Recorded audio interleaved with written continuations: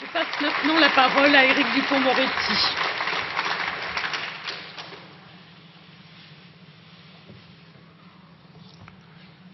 Madame la ministre, chère Nicole, vous venez de me remettre les sceaux, en quelque sorte les clés de ce grand ministère régalien.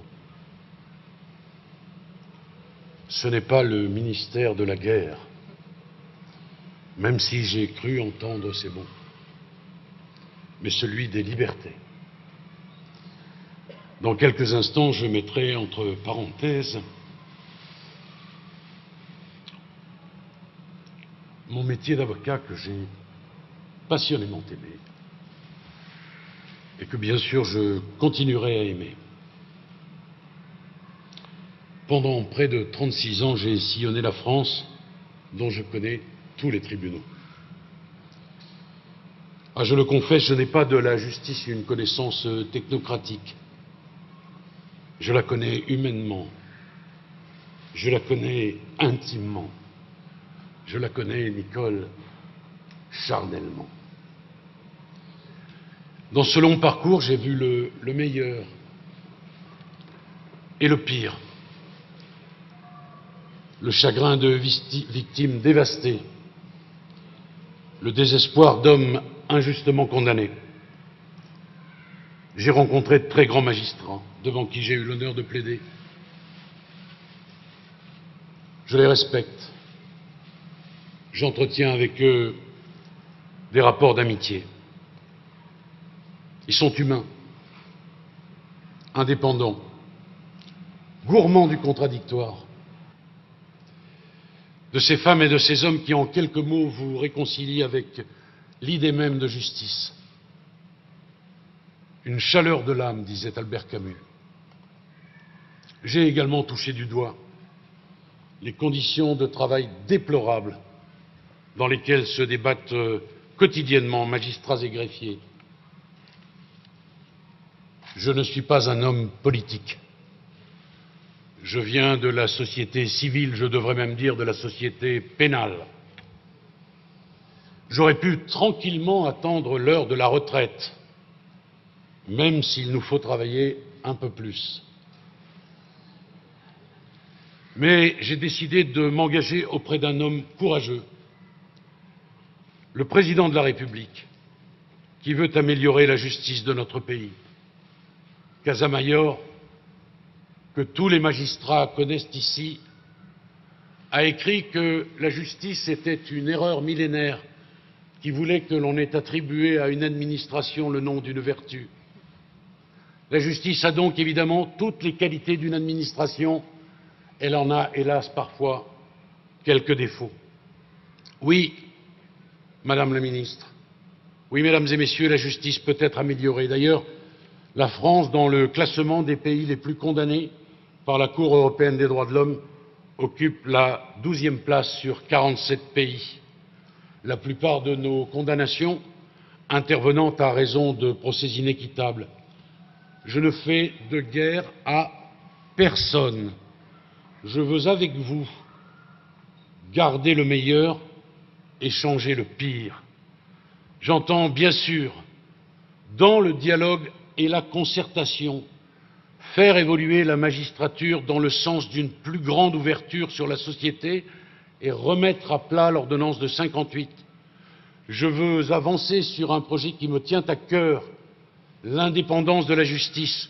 Je souhaite être le garde des Sceaux qui portera enfin lors d'un congrès la réforme du parquet tant attendue.